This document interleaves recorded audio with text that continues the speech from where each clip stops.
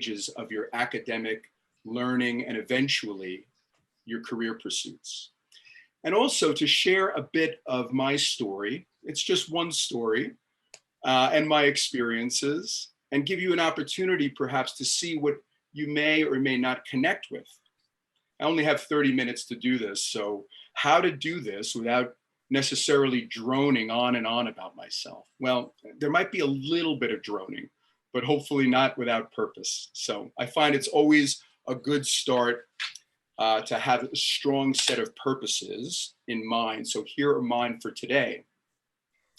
One, to introduce a little bit about me and my path into graduate school for psychology, and then the path out into the world of work and career. Also to draw upon my personal and professional life and share 4 reflection points that may relate to something that you all are experiencing, maybe in varying degrees as you continue your academic and career pursuits. And to do this in a way that might be inspiring, hopefully, and move our minds and hearts from limits or challenges to instead perhaps a broader world of what might be possible. And to leave you today with one evidence-based experiential practice that actually does derive from years of scholarship and study in the field of anxiety and positive psychology and clinical work. And hopefully that can benefit both you and some of the others that you're working with. And of course, to kick off this day, like I always like to do, with a bit of fun and levity. Hopefully my specialty, I like that part. So my hope is that you'll be left with a few takeaways, perhaps a bit of inspiration, and hopefully, if I've done my job, some part of you will be able to connect with some part of my story, but for your own development. My observation is that we reach out toward a career in psychology for different reasons. Sometimes there are a multitude of reasons. It could be an academic interest in the social sciences, or curiosity about people and the way minds work. The prospect of doing research on the impact of trauma on groups or individuals, how learning takes place across different variables and conditions. We might also be interested in emotions and the brain and neuropsychology, or even forensics. We could also be responding to the call of a career in psychology because we'd like to better understand some experiences that we've endured in our own lives, or some combination of all of these. In clinical psychology, a field that I can speak most directly to, I observe that many of us choose a path like this, in part because we'd like to make better sense of the experiences that we've had earlier in our own lives. I think all of these are worthy reasons.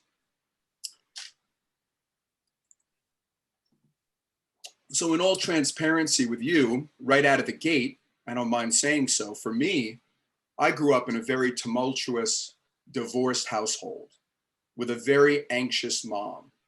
Perhaps some of you can relate to any of that. And maybe some of you understand what it's like to be surrounded by debilitating anxiety.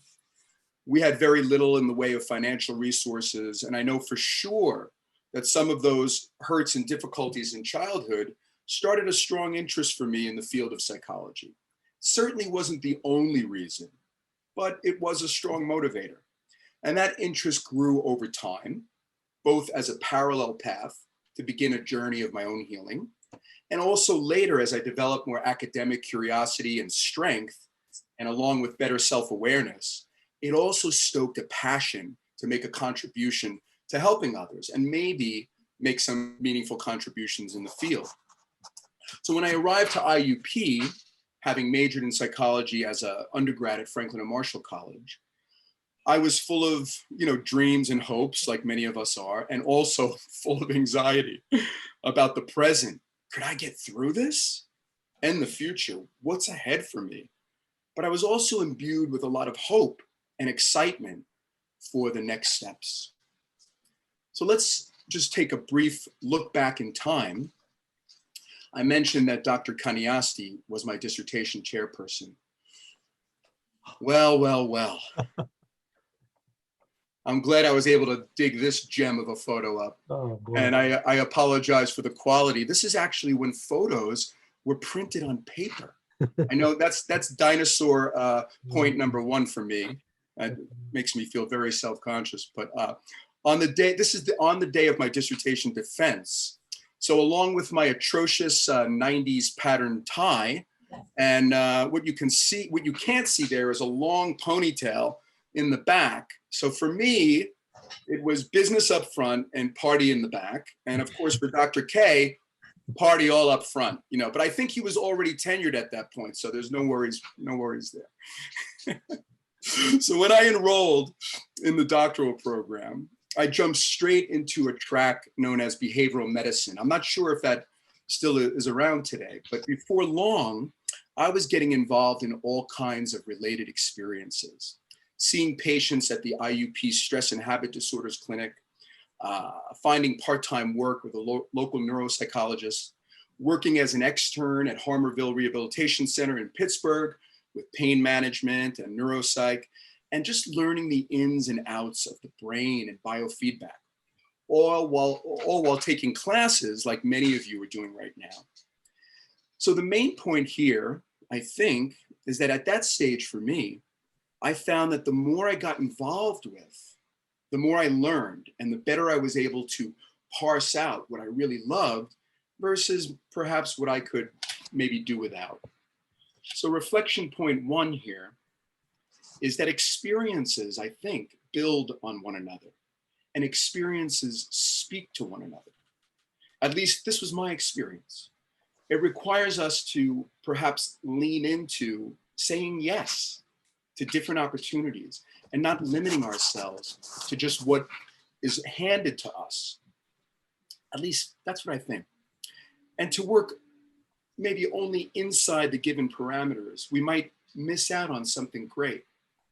Of course, on the other hand, to take on too much at once, you might dilute your experience too. So it seems to require, like many things, that balance that we all strive for.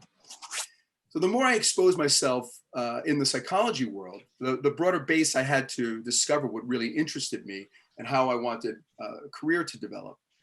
And this getting involved took place in many different areas. It didn't stop with psychology. I was able somehow to squeeze in a little time to audition for and perform at IUP's very own Theater by the Grove, which back in the mid-90s, I'm sure it is the same now, had incredible department with award-winning musical talent, playwrights, and directors. And you'll see how this foray into theater became relevant to work in psychology a bit later in my talk. I know it appears like it might be from out in left field, but my time with the theater was going, was able to give me such mental and emotional balance as I was going through the challenges of being a grad student. And it also provided a wonderful release from the pressures and newness of training as a novice grad student psychotherapist.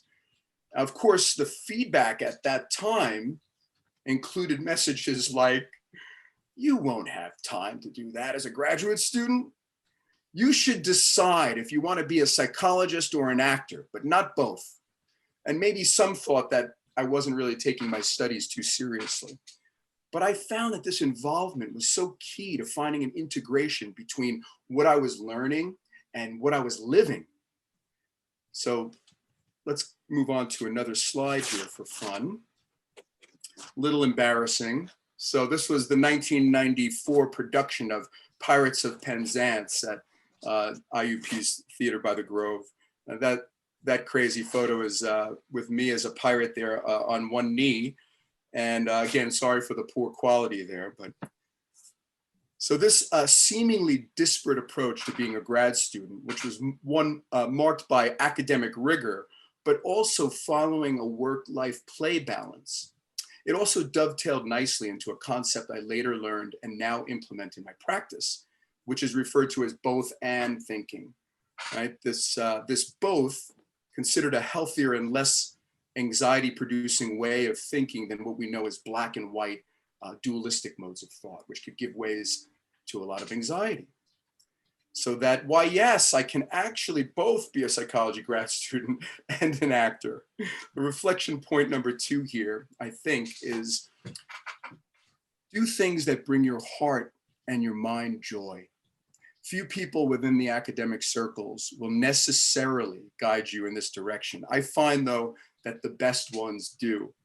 And they will say, study hard, pick the correct major, get a good job, do your research, all those things supremely important. And yet, focusing on what brings you joy along the way, while also taking care of the more serious requirements of living, sets the stage, I think, for good learning and a good internal body, mind, spirit balance.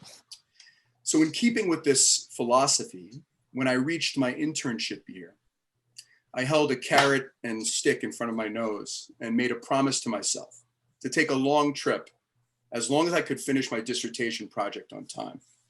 And so many times, I definitely could not see the forest for the trees.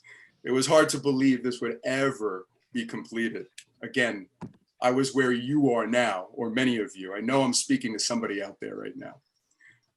With great facilitation and guidance along the way, of course, from Dr. Kanyasti, when the dissertation was finished, along with obligations for classes and internship, I remember driving to the testing site at that time in Indianapolis, Indiana, for my psychology license. Before internet was a thing, believe it or not, dinosaur point number 2, with my number 2 pencils and a car full of belongings. I sat those 8 hours for that exam, drove back to New York, where I'm from. Lots of requirements, lots of hurdles.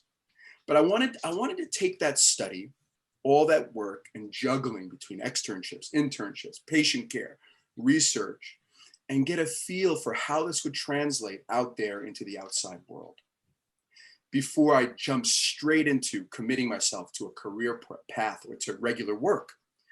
I had a strong mix of encouragement and discouragement for this kind of thinking. So that long trip took the form of a 15-month journey around the world, and just me, my backpack, all my student loan debt, very few financial resources, except a strong willingness to work for my room and board.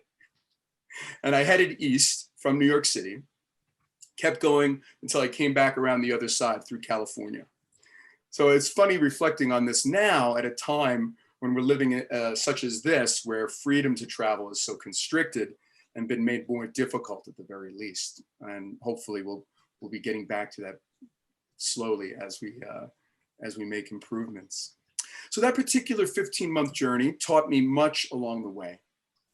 How psychology has impacted the world, the stages of human development across the lifespan, the power of communication, how developing self-awareness contributed to other awareness. And this other awareness led to such amazing experiences with very, very interesting people. And learning how to take measured risk and how that increased my capacity to learn and grow.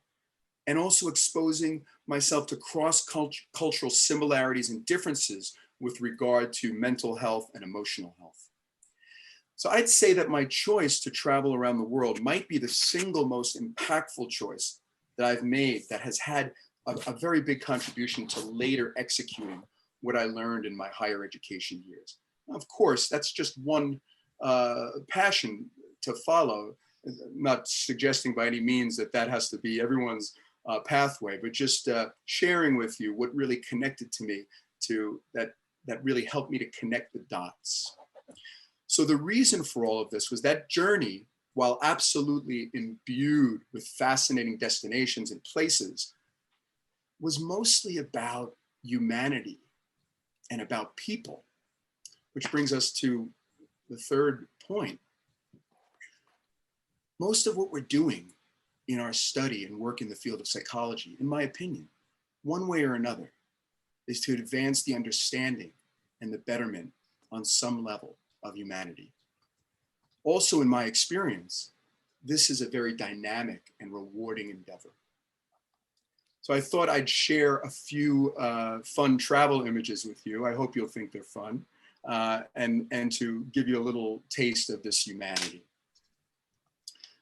So this shot here in South Africa was at Mama Constance's house in Port St. John. And I got hit in the face in South Africa with the realities of social injustice and racism as I broke bread with both white Afrikaners who mostly lived in affluent suburban neighborhoods, and at other times spent time with the local Xhosa people who often lived in much poorer shanty towns, not always, but sometimes. They showed me such warm hospitality and were so generous in all areas with their time and viewpoints and interest in me and my life. That was a real strike to the heart there. I'd love to spend more time, but I don't want to cut into our time, so I'll move on. This shot here is at the Bihar School of Yoga near Rikya, India, which is in the province of Bihar, not a province of India that many foreigners travel to. But in the Bihar School of Yoga, if you don't know, it's a very science-based place that they do a lot of research study on the impact of certain deeper yoga practices. I'm not really talking about Western yoga classes and stretching per se, as much as mind practices and deep meditation, and how that impacts the brain and health. So I had a wonderful opportunity here to spend about a month, and this is a shot of what the ashram did for local communities in terms of they grew their own food and tried to feed local communities, and that was a wonderful experience. In India, I learned even more about social injustice, but also about different conceptions and understandings of the mind. There was a deeper dive into the meditative and yogic practices of mind and attachment. And in cultures from the East, there's a bit of a departure from the Cartesian model of I think, therefore I am, and focusing more, which focuses more on cerebral and cognition functioning, and a move toward more I think and I feel and I sense and I be, therefore I am. So the concept of self itself was turned on its head. And the practices and teachings here really are aimed at transcending the neuroses and challenges of the past by working with the mind and understanding a different conception of suffering. Things like yoga nidra, if you're interested, and meditation, and focus on the collective. And karma yoga, which often misunderstood, is really just about cause and effect and working with that, seeing life as primarily spiritual, not cerebral. Next shot here is in Nepal. And in Nepal, I challenged myself both physically and mentally as I spent 21 days alone on a trek in the Himalayas. Probably the only time in my life up until this point where I felt like my mind and body and spirit were working in real synchronous relationship with one another. I can't say what that translated to objectively in terms of measurement, but my observation was that my body was being taxed and yet learning to cope with altitude and ascent, and the mind was getting increasingly calmer, and my sense of self in the world expanded. This shot here is Davy and his family, who I ran into on the trail of the Annapurna circuit, literally bumped into him. He spoke about 3 words of English, me about 3 words of Nepalese, and he invited me to his community, which was about 2 hours up in the ice-capped peaks off the regular circuit. And this is his lovely family, and I got to spend about 3 days with them, which was a real gift and a blessing. And this one here is just another shot of the Himalayas, which I just think is a dramatic and beautiful shot. Lastly, in New Zealand, I had the privilege of working with this woman, Jan Bowers, who was a nurse studying the benefits of neurofeedback, and she opened up her own clinic in Wellburn. Why am I saying? No, it's not Wellington. Wellburn was where my internship was. Okay, dinosaur point number 3. Here she opened up a clinic to treat community members suffering from head injury and ADHD, depression, and Tourette's syndrome. And this relationship happened just by me. We had to write letters back then just to sort of see what people were doing around the world. And there was a neurofeedback newsletter or something. So I wrote her a letter and she said, come on over when you get here to New Zealand, you know, you can work with me in the clinic.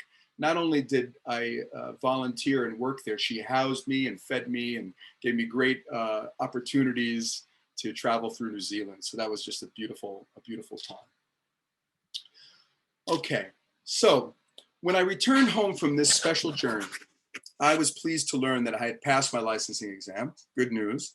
And shortly thereafter, I took my first job, post-psychology license at the Rusk Institute of Rehabilitation Medicine at NYU. And I worked as a health psychologist on the inpatient unit, working with stroke and spinal cord injury and joint replacement in the areas of adjustment to disability and rehabilitation.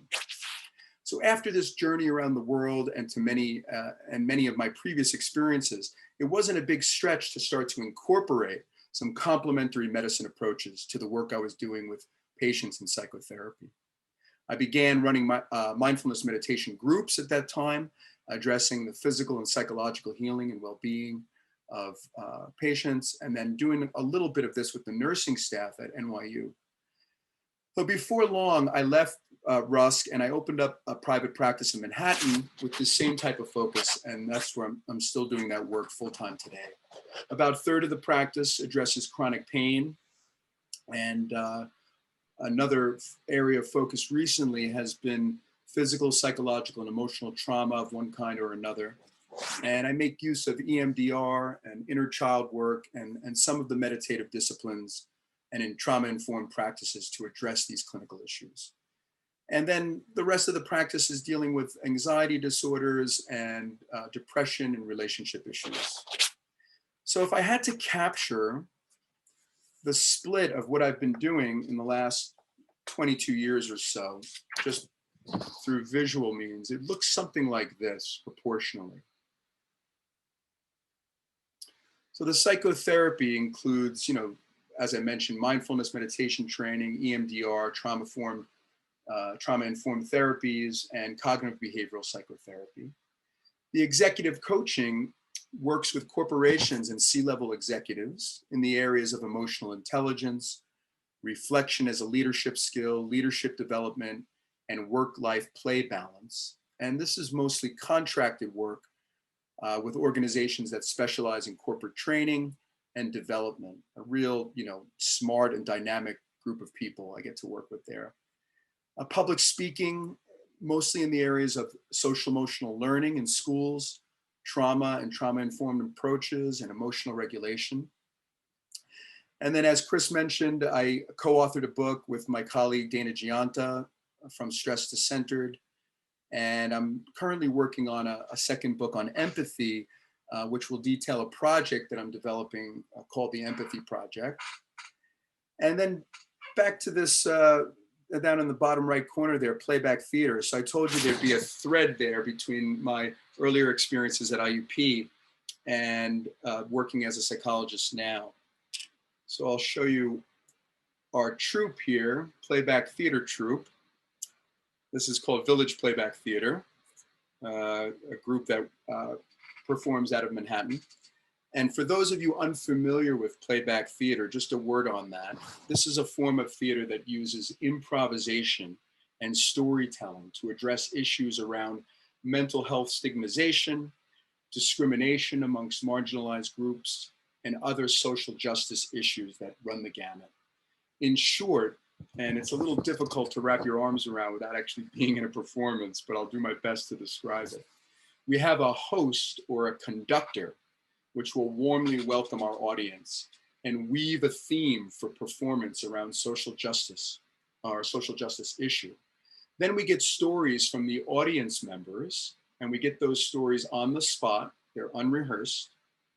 And the actors on stage, we listen to those stories, deeply listen.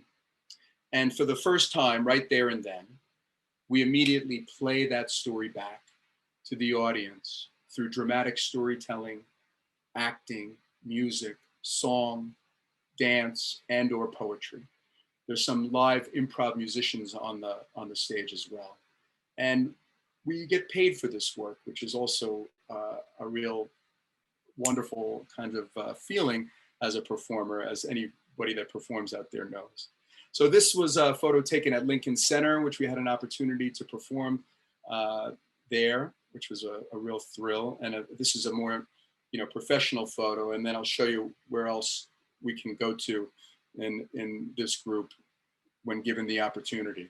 No surprise there with a bunch of actors, especially improv actors.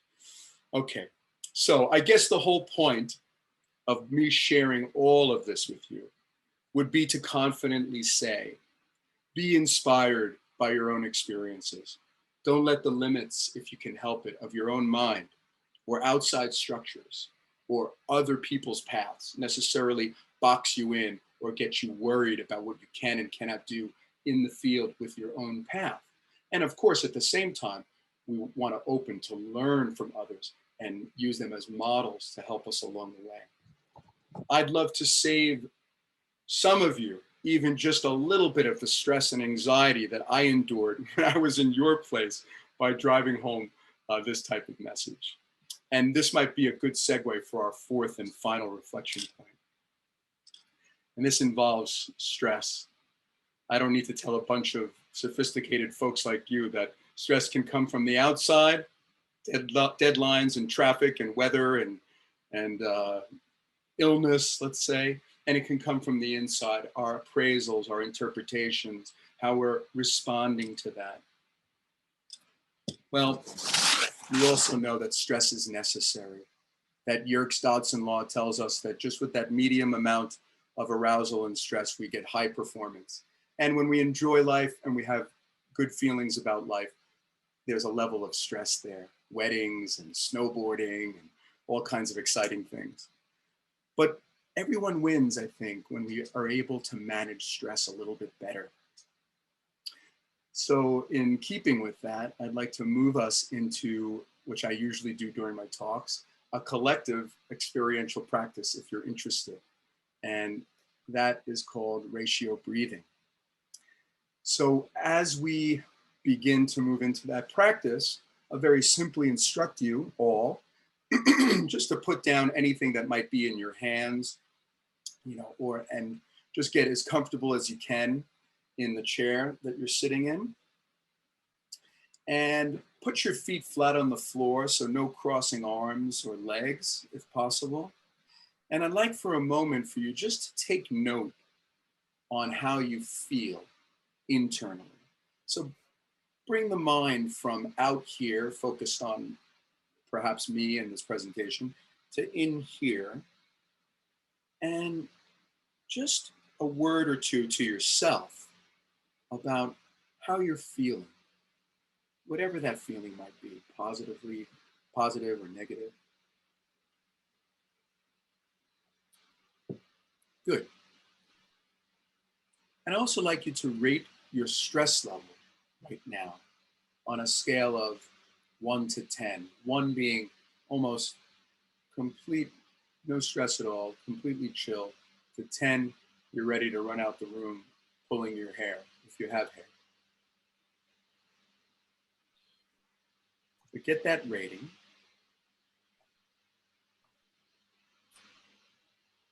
Very good. I can't believe I didn't grab mine. Give me 1 sec here. I want to grab something. And then I invite everybody, if they feel comfortable with it, just to allow your eyes to close. You can even shut off your screen if you're more comfortable. And for the moment, just see if you can drop in on your breathing. What do we mean by drop in? It's almost like visiting someone that you know, or some aspect of yourself that you know. You're not controlling the breath in any way or trying to manipulate it. You're just sort of observing for a moment a process that's already happening.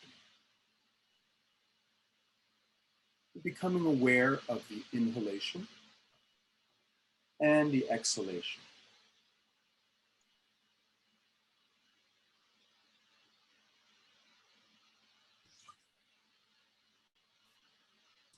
And as you become aware of that inhalation and exhalation, you may notice immediately that this begins to just slow time down. Stay with that.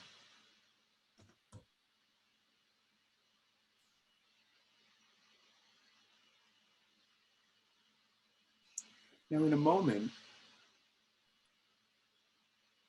with internal awareness, I'd like to invite you to begin counting along with your breath.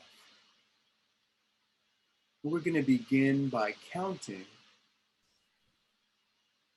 to 4 on the inhale, counting to 4 on the inhale. This means that as you inhale, you'll reach 4 at the top of your inhale, and then just return to normal breathing and begin again. You may ask, how quickly do I count? Doesn't matter. You can start with about 1 per second and see where it goes.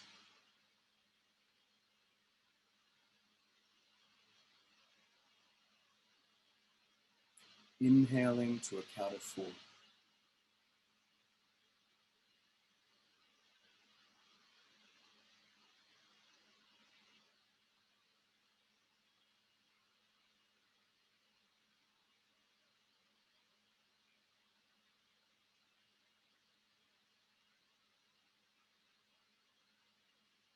Very good. And now we'll add another layer. We're going to continue to inhale to a count of 4, but this time we're going to exhale to a count of about 7. 7, or if you'd like, 8. No points for getting it 7 or 8, just whatever feels good. Inhaling to a count of 4, exhaling to a count of 7 or 8, and then repeating.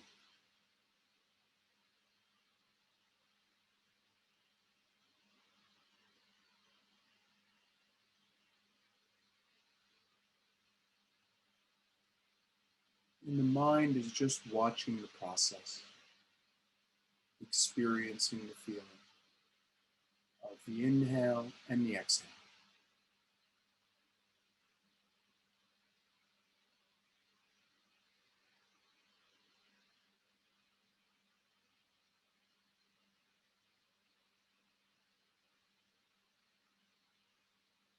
I'm going to add just another layer as you continue. You're going to inhale to a count of 4. You're going to hold the breath for a count of 2. And then exhale to a count of 8. And then hold the breath out on the exhale for a count of 2. And repeat. Inhale to 4, hold for 2. Exhale to 8, hold for 2.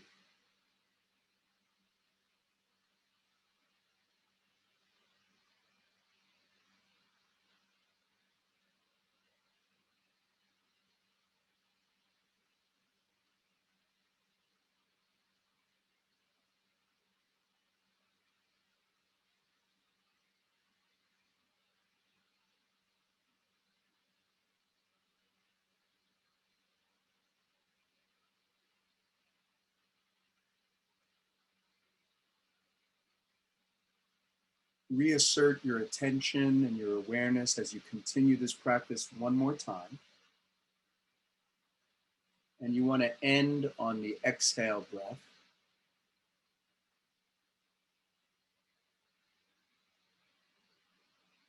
We'll end this practice with the sound of the Tibetan bell. You could just take in the sound.